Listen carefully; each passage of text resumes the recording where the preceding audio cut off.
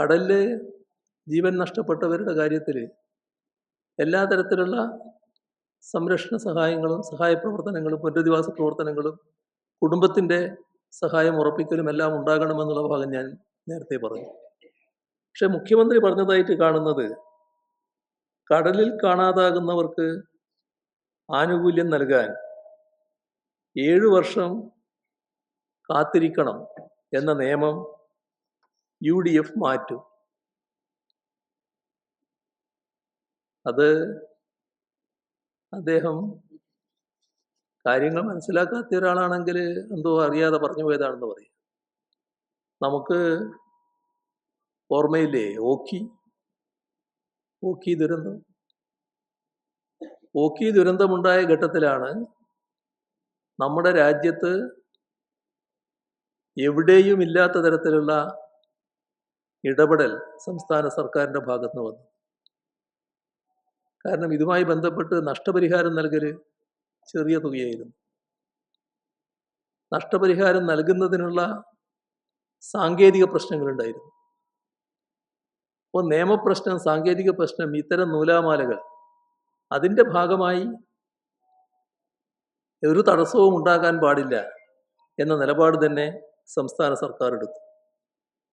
അതിൻ്റെ ഭാഗമായി ആ സമയത്ത് കണ്ടെത്താൻ കഴിഞ്ഞില്ല എത്ര പേരെ? 33 പേരെ. അവരടക്കം 142 മത്സ്യത്തൊഴിലാളികൾ. ആ കുടുംബങ്ങൾക്കാകെ അതേവരെ രാജ്യത്തെവിടെയും നൽകാത്ത രീതിയിലുള്ള നഷ്ടപരിഹാരമാണ് നമ്മൾ നൽകിയത്. അതോടൊപ്പം ഈ കാണാതായവർക്ക് ഈ പറഞ്ഞ 7 വർഷത്തെ മാനദണ്ഡമില്ലേ, ആ 7 വർഷത്തെ മാനദണ്ഡം ബാധകമാക്കേണ്ടതില്ല എന്നും തീരുമാനിച്ചു. ഇതൊക്കെ സർക്കാർ ഫയലുകളിലുള്ളതല്ലേ, സർക്കാർ എടുത്ത നടപടിയല്ലേ, രഹസ്യമായിട്ട് എടുത്തതല്ലാലോ. ഞാൻ ഓർക്കുന്നത് അതുമായി ബന്ധപ്പെട്ട് സെക്രട്ടറിമാരുടെ ഒരു സെക്രട്ടറി തല കമ്മിറ്റി ഉണ്ടായിരുന്നു. അവരുടെ ഒരു പരിശോധനയുടെ ഭാഗമായിട്ടാണ് റിപ്പോർട്ടുകൾ വന്നത്. അതിൻ്റെ ഭാഗമായിട്ട് നടപടിയാണ് സ്വീകരിച്ചത്. അതെല്ലാം നടന്നൊരു നാടല്ലേ ഇത്. അതെല്ലാം അറിയാവുന്നവരല്ലേ നാട്ടുകാർ, അതെല്ലാം അറിയാവുന്നവരല്ലേ തീരദേശത്തെ ജനങ്ങൾ. അവരോടാണ് ഇത് ഈ നിയമം UDF മാറ്റുമെന്ന് പറയുന്നത്. നമ്മൾ മാറ്റിയതാണല്ലോ, കീഴ്വഴക്കമുണ്ടല്ലോ, അതനുസരിച്ച് നടപടികൾ സ്വീകരിക്കാമല്ലോ. ഓഖി ഘട്ടത്തിൽ സ്വീകരിച്ച നടപടികൾ ഇപ്പം സ്വീകരിച്ചാൽ മതിയല്ലോ.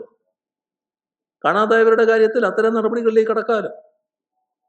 നമ്മൾ ഓർക്കേണ്ടത് ആ ഘട്ടത്തിൽ 22 ലക്ഷം രൂപ വീതമാണ് ധനസഹായം നൽകിയിരുന്നത്. ചില സംസ്ഥാനങ്ങളിൽ മത്സ്യത്തൊഴിലാളികളുടെ പ്രക്ഷോഭം നടന്ന് നിങ്ങൾ ഓർക്കുന്നുണ്ടാവും.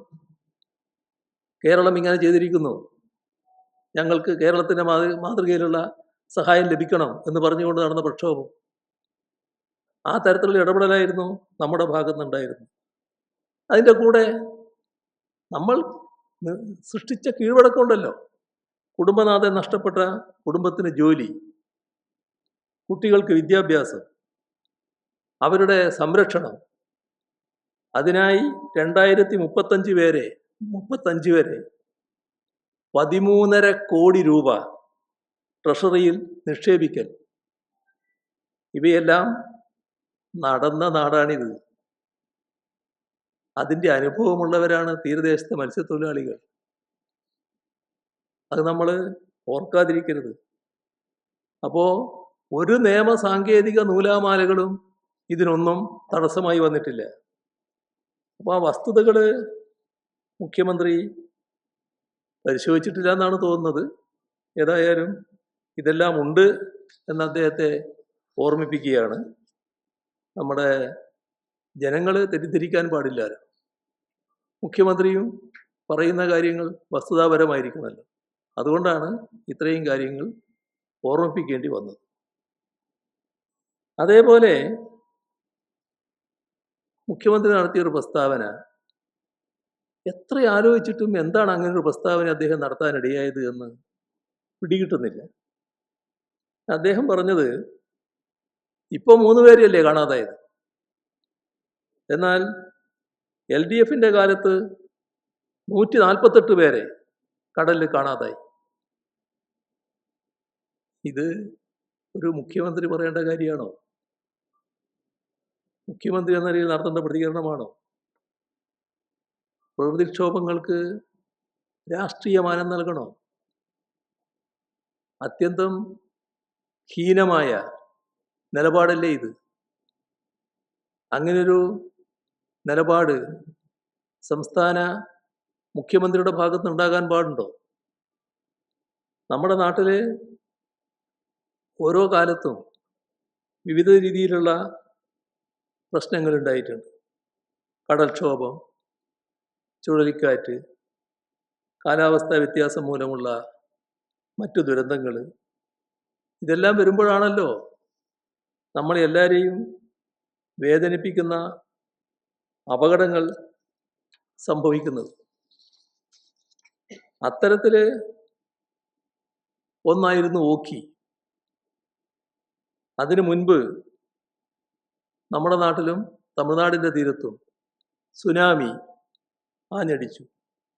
എത്ര വലിയ നഷ്ടമാണ് ഉണ്ടാക്കി വെച്ചത്. അപ്പോൾ ദുരന്തങ്ങളാണോ? പ്രകൃതിക്ഷോഭങ്ങൾക്ക് രാഷ്ട്രീയ മാനം നൽകണോ? അത്യന്തം ഹീനമായ നിലപാടല്ലേ ഇത്?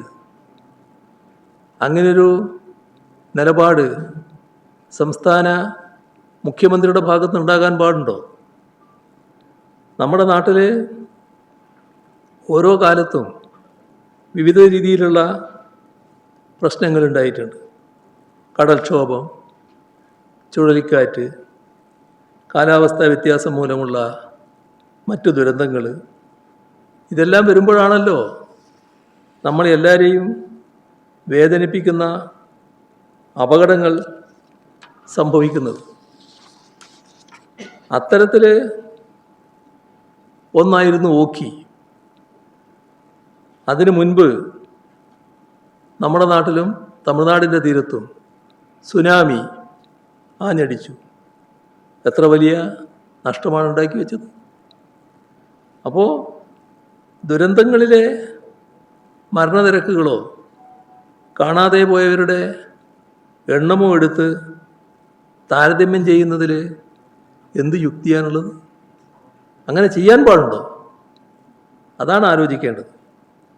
ഇവിടെ സംഭവിച്ച വീഴ്ചകൾ പൂർണ്ണമായിട്ട് ഉൾക്കൊള്ളുക എന്താണ് പ്രധാനം. ആ വീഴ്ചകൾ മറച്ചു വെക്കാൻ മരണങ്ങളെ വെച്ചുള്ള താരതമ്യത്തിലേക്ക് കടക്കരുത്. അത് സാധാരണ രീതിയല്ല. അങ്ങേയറ്റത്തെ ഹൃദയശൂന്യമായ നിലപാടാണത്. അത്തരമൊരു നിലപാട് സംസ്ഥാന മുഖ്യമന്ത്രിയിൽ നിന്നുണ്ടാകാൻ പാടില്ല. ഇവിടെ അദ്ദേഹം പറഞ്ഞതുകൊണ്ട് ഒരു കാര്യം കൂടി ഓർമ്മിപ്പിക്കുകയാണ്. ആ കാലത്ത് LDFൻ്റെ കാലത്ത് തെരച്ചിലിലും രക്ഷാപ്രവർത്തനത്തിലും ഒരു തരത്തിലുള്ള പരാതിയും ആരുടെ ഭാഗത്തു നിന്നും ഉയർന്നിരുന്നില്ല. ഇവിടെ മുഖ്യമന്ത്രിയുടെ അവകാശവാദം മറ്റൊരു അവകാശവാദം പുറപ്പെടുവിച്ചു. ഡ്രോണും ഹെലികോപ്റ്ററും ഉപയോഗിച്ച് ചരിത്രത്തിൽ ആദ്യമായാണ് തെരച്ചിൽ നടത്തുന്നത് എന്ന്. ഇത് പഴയ കാലത്ത് ഉള്ള സംഭവങ്ങൾ പൂർണ്ണമായി മറച്ചു വെക്കലാണ്. ദുരന്ത സമയത്ത് എയർഫോഴ്സിൻ്റെ, നേവിയുടെ ഹെലികോപ്റ്ററുകൾ, കപ്പലുകൾ അതെല്ലാം ഇവിടെ രംഗത്തിറങ്ങിയിരുന്നു. നൂറുകണക്കിന് തൊഴിലാളികളെ രക്ഷപ്പെടുത്താനും കഴിഞ്ഞിരുന്നു. ഇതെല്ലാം നമ്മുടെ നാടിൻ്റെ അനുഭവമല്ലേ? അത് മറന്നുപോയോ? അപ്പോൾ വർഷങ്ങൾക്ക് മുൻപ് നമ്മുടെ നാടിൻ്റെ ദുരന്തത്തിൽ ഹെലികോപ്റ്ററുകൾ ഉപയോഗിച്ചിട്ടുണ്ടല്ലോ. ആദ്യമാണെന്ന് പറയുന്നത് ശരിയാണോ? ഇപ്പോൾ ഹെലികോപ്റ്ററും ഡ്രോണും ഒക്കെ ഇറങ്ങിയെന്ന് പറയുമ്പോൾ അതിലുള്ള പ്രശ്നം എന്താണ്? നമ്മൾ സാധാരണ പറയാറില്ലേ, റോഡ് ആക്സിഡൻറ്റിലൊക്കെ ഗോൾഡൻ അവറിനെ പറ്റി പറയാറില്ലേ? ആ ഗോൾഡൻ അവർ എന്ന് പറയുന്നത് ഈ അപകടം നടന്ന ആദ്യ മണിക്കൂറുകളാണ്. ആ ഘട്ടത്തിൽ നമുക്ക് നീങ്ങാൻ കഴിഞ്ഞില്ല എന്നുള്ളതാണ് ഇതിനകത്തുള്ള പരാതി. അതാണ് ഗൗരവമായിട്ട് കാണേണ്ടത്. ഇപ്പോൾ മന്ത്രിമാർ ഇത്തരം ഘട്ടങ്ങളിൽ സംസാരിക്കുമ്പോൾ അല്പം ശ്രദ്ധിക്കുന്നത് നല്ലതാണ്. ഒരു മന്ത്രി സംസാരിച്ചത് കടലിൽ കാണാതായാൽ മൃതദേഹങ്ങൾ കിട്ടാൻ ദിവസങ്ങൾ എടുക്കാറുണ്ട്. അത് സർക്കാർ തെരച്ചിൽ നടത്താഞ്ഞിട്ടല്ല. ഇതാണ് പ്രതികരണം. ഈ പ്രതികരണം എത്ര കണ്ട് മുറിവ് നമ്മുടെ ഈ ദുരന്തത്തിനിരയായ കുടുംബങ്ങൾക്ക് ഉണ്ടാക്കുമെന്നത് അദ്ദേഹം ഓർമ്മിച്ചില്ല എന്നാണ് തോന്നുന്നത്. ഏതായാലും ഇത്തരം കാര്യങ്ങളൊന്നും സാധാരണഗതിയിൽ പറയേണ്ട ഒരു ഘട്ടമല്ല ഇത്. പക്ഷേ വല്ലാത്ത വ്യാപകമായ വീഴ്ചകൾ സംഭവിച്ചപ്പോൾ മേലത് ആവർത്തിക്കാതിരിക്കണമെങ്കിൽ ഇതൊന്ന് ചൂണ്ടിക്കാണിക്കണമല്ലോ എന്ന് തോന്നിയതുകൊണ്ടാണ് ഇത്രയും കാര്യങ്ങൾ പറയാൻ നിർബന്ധിതമായത്. ഒരു കാര്യം ഉറപ്പിച്ച് പറയാണ്, ദുരന്തത്തിനിരയായ മത്സ്യത്തൊഴിലാളി കുടുംബങ്ങളുടെ കണ്ണീരൊപ്പുന്നതിനാവശ്യമായ കാര്യക്ഷമമായ തെരച്ചിൽ നടത്താനുള്ള നടപടികൾ സർക്കാർ അടിയന്തരമായി സ്വീകരിക്കണം. അതോടൊപ്പം കുടുംബങ്ങൾക്ക് നേരത്തെ പറഞ്ഞ രീതിയിലുള്ള എല്ലാ സംരക്ഷണ നടപടികളും സർക്കാരിൻ്റെ ഭാഗത്തു നിന്ന് ഉണ്ടാകണം.